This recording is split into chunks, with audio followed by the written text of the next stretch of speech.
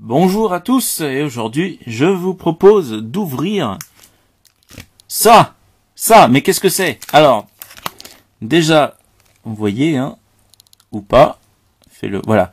Star Wars Customizable Card Game, aussi connu sous le nom de Star Wars CCG. Voilà, donc CCG. C'est un jeu de cartes qui a été édité par Deciphère, qu'on voit ici, qui a édité plusieurs jeux de cartes dans l'univers de Star Wars. À partir du milieu des années 90 en fait, et ils ont commencé déjà à faire un jeu qui s'appelait Star Wars CCG, hein, qu'on voit ici.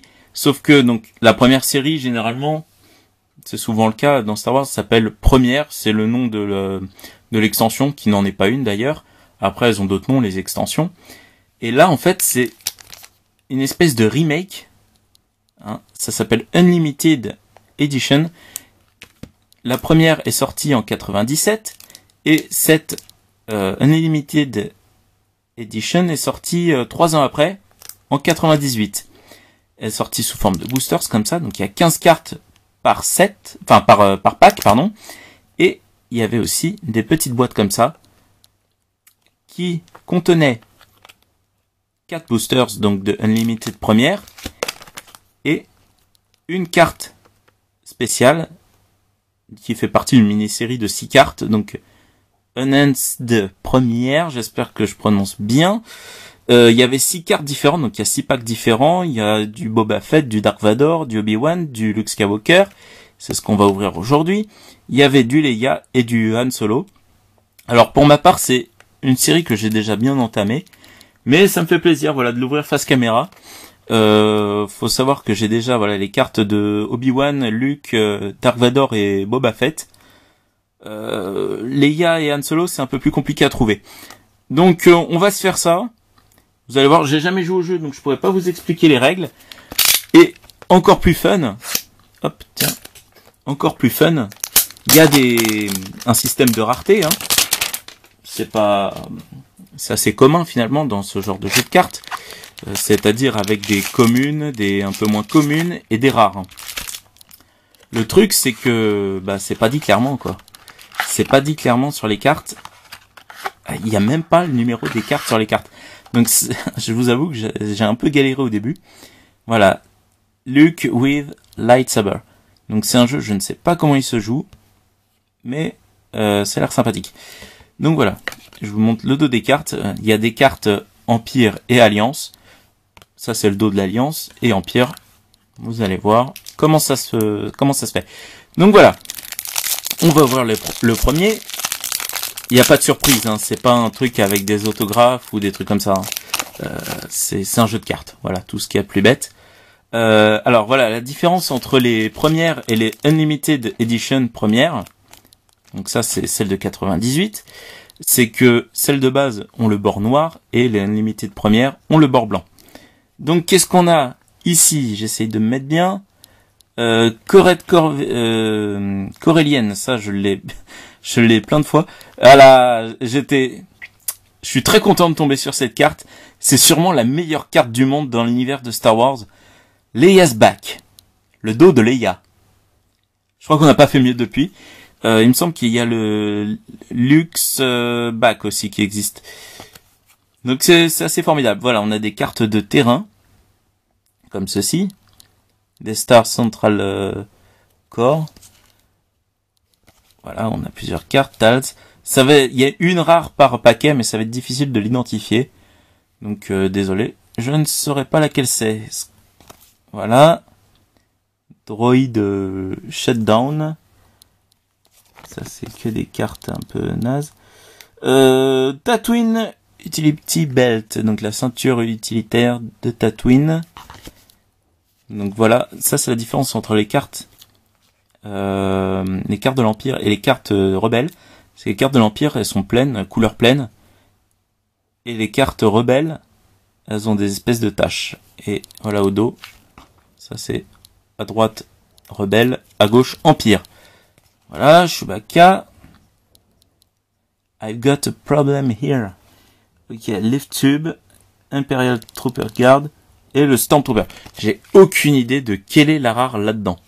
J'ai J'en ai aucune idée. Autant parfois c'est évident, enfin, si tu te retrouves avec un Han Solo dans un paquet, tu peux te dire tiens, il y a des chances que ce soit une rare, mais vraiment.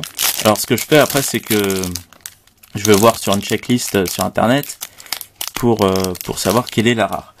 Donc voilà. Qu'est-ce qu'on a ici? Virus 2. Ok. On a la petite commande de l'étoile noire. Hop. Celle-là, elle a l'air sympathique. Collision. It could be worse. Ça pourrait être pire, là. Ça pouvait être pire, pardon. Lift tube. Donc voilà, on l'a vu tout à l'heure, sauf que c'était côté empire. Il y a souvent, ça arrive souvent, en fait, qu'il y ait les mêmes cartes côté empire et côté rebelle, mais avec un visuel différent. Voilà. The Skin Scavengers. Blaster Rifle. Je ne sais pas quelle est la rare. Ok. Ça se trouve c'est la dernière. C'est ça. C'est un peu dommage qu'il n'y ait aucun moyen de le savoir. Et il n'y a aucun moyen de les trier aussi. Il n'y a aucun moyen de savoir. Hop, on vire. Allez, hop. Jet Porkings. Peut-être que c'est les rares, je ne sais pas. Hop. Un terrain. On a ici... Ok, c'est un peu chiant à lire. Des extraterrestres. Un blaster. Un garde rebelle. Encore un terrain. C'est pareil, hein, il est possible qu'il y ait le même terrain chez les rebelles et les impériaux. Ça me fait penser en fait, le fait qu'il y ait des terrains comme ça, des cartes personnages et des cartes équipements, ça me fait penser à un jeu auquel j'ai joué pour le coup. C'était basé sur le Seigneur des Anneaux et là pour le coup ça a été traduit en français. Celui-là n'a pas été traduit en français, ce jeu-ci. Mais il y a eu un très très bon jeu, qui a eu plusieurs extensions sur le Seigneur des Anneaux. J'ai pas mal de cartes d'ailleurs. Et c'est un peu le système similaire. Il y avait des cartes personnages, des cartes. Il y avait 2 clans. Il y avait des cartes terrain. Il y avait des cartes équipement pour aller plus loin. Enfin voilà. C'était très très très intelligent comme jeu. J'aimais beaucoup. Solo Han. Peut-être que c'est la rare. On ne sait pas. C'est dommage. C'est un peu dommage. Il n'y a même pas de brillante ou des trucs comme ça. Il y avait une série qui s'appelait Reflections, je crois, où en fait, j'en ai déjà ouvert et en fait où c'était une espèce de best-of à l'intérieur. Il y avait des cartes. C'est quoi ça? Il y avait une carte. Il y avait des cartes de plusieurs extensions dedans. Et parmi elles, il y avait une carte d'une toute nouvelle extension qui s'appelait, je viens de le dire, Reflections. Reflections et il veut pas s'ouvrir. Et cette carte était brillante de toutes parts. Elle était brillante de partout. Le Landspeeder de Luke. C'est peut-être celle-là la rare. Hein.